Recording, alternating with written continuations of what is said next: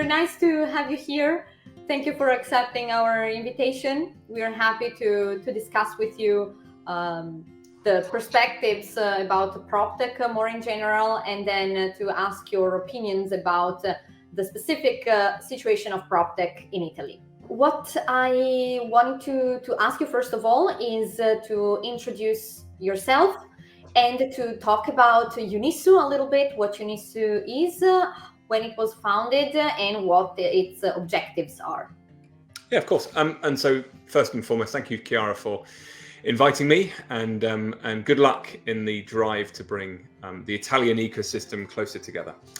My name is James Dearsley. I am one of the co-founders at Unissu, which is a community-driven marketplace, which really has a different meaning whether you're on the property side of the market or the Proptech side. So for the property industry, we are there to help you find the appropriate suppliers for your business as it transforms, which is what we'll talk about a little bit later. This is not Proptech, it's digital transformation over the next 5 to 10 years.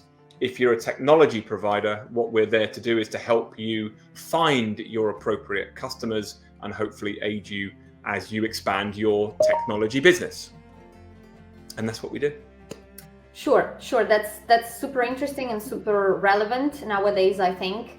So I know that you were one of the first people who generated a definition of Proptech. You did this with Andrew Baum from the University of Oxford, if I'm not mistaken. So what was this definition, and is this definition still actual, or you think you observed sort of an evolution over time of this term?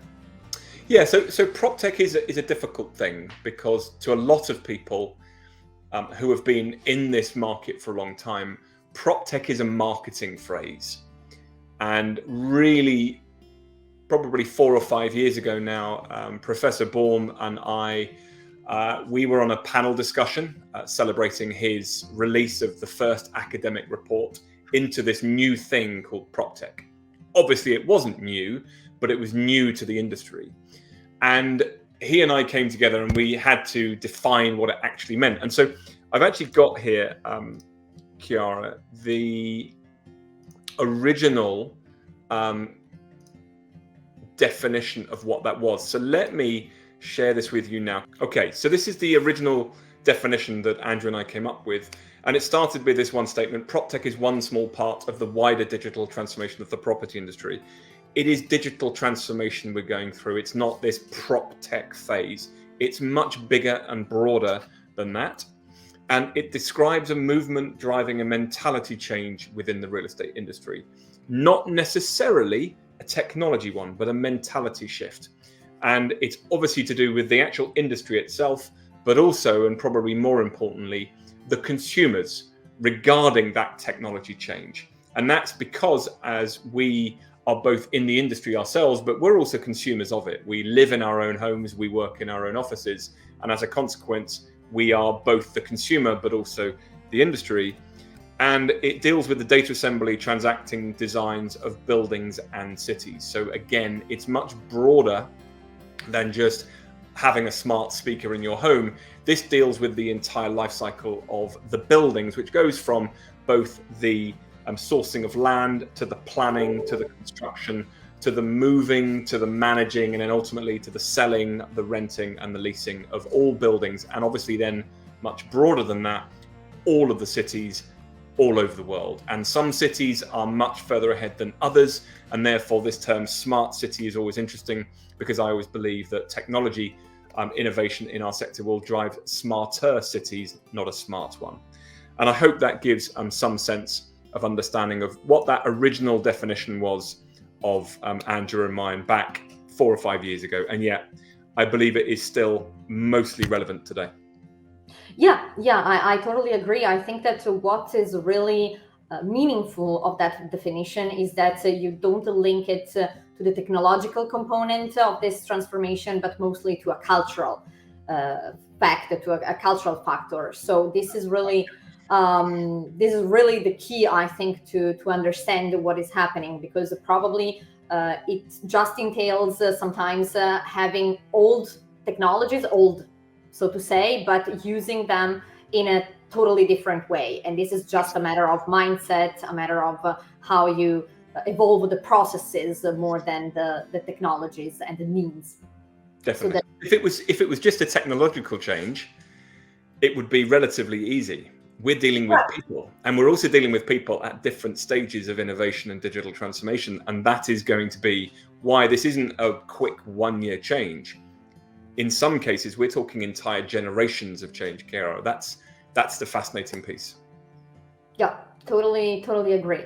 So you hinted at this distinction between smart and smarter, and let's go in depth into this comment. So how the real estate market has been reacting to digitalization? What are the most advanced countries, in your opinion, according to your observations also with Unissu data? And why, in your opinion, there is this misalignment between smart and smarter? Crikey, that's a really broad question. Let's tackle the who is the most advanced at the moment. Okay. I don't think you can sell that there is one nation that is more advanced than another. If you look at the data alone, if you were looking quite short-sighted, you would suggest that America was the most advanced Proptech nation because it has over 2,000 companies. That's just an indication of the size of the market. Right. It's also the market with the most funding. Does that denote that it's the most advanced? I don't think it does. If you look at it on a city basis, you would say actually London was the most advanced place when it deals with Proptech because it has the most number of Proptech companies. But having the most and receiving the most funding really does not help that. I think it really depends personally on what area of technology you're looking for. For example, I think areas around the commercial space, I would say that perhaps America is further ahead than other people.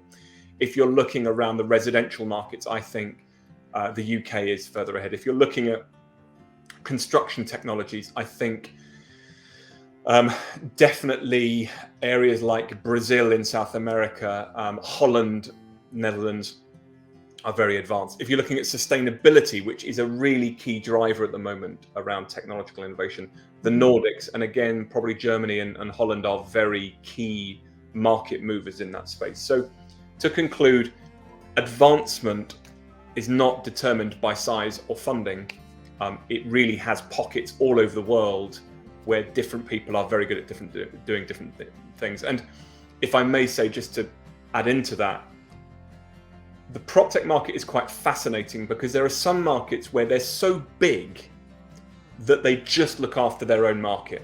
America is a classic example of that. Another one, probably less widely known, is the likes of Indonesia. Indonesia has 283 million people in it. So you've got these innovations in the built environment, which will probably never get out of Indonesia. You will never see them or hear about them because the domestic market is so big. But then you've got markets, and I count, funnily enough, Italy in here, when you've got the likes of Australia, you've got Italy, you've got Ireland, you've got other smaller nations in developing world countries where not only have they got the opportunity to become fast followers and look at those innovations in America and England and Indonesia and say, that would work in our market, but also they have the potential of being what I would call an exporter of that technology, which is the domestic market is not big enough for them. And actually their technology, because Proptech offers a global solution to a local problem, there is no reason why they couldn't take their company and export that technology or that process or that business model to wider international markets. Yeah, I totally agree with this, and it's very encouraging. I believe there are still a lot of local Italian Proptech companies that are not looking so much abroad, and instead I think that they should really push this expansion of their markets, because there's a great potential out there for us. Chiara, is that, do you think, because the Italian market is a smaller market and perhaps a more immature market than others, and therefore it's only just understanding the power. Do you feel that that's a reason? A partial reason. That's a partial reason. There is a study we did 1 year ago, more or less, that actually is very curious. We compared the development of the Italian Proptech market with the Finnish one, and we noticed that the number of Proptech companies basically raised exactly with the same curve, but with 2 years of delay compared to the Finnish market. So of course, this is something that partially justifies the maturity of the market, the fact that we still need to understand what are our balances. A lot of also associations and initiatives that might help and encourage companies in this expansion are still pretty weak in Italy, whereas there are many of these organizations in other countries. For instance, in the UK, this is a clear example, but also the Nordics, as you mentioned already. So with this direct comparison between Italy and Finland, this was pretty clear. And and probably this is also one of the key to encourage companies. One thing that is probably still missing also in Italy is tailored development programs for Proptech. There are some incubators that are more like generalist incubators, but perhaps some specific activities that focus on Proptech and the potential of digitalization in real estate are still needed. And if I may say, in terms of the development of the Italian market, my experience from all around the world has been that you're at the very start of this curve.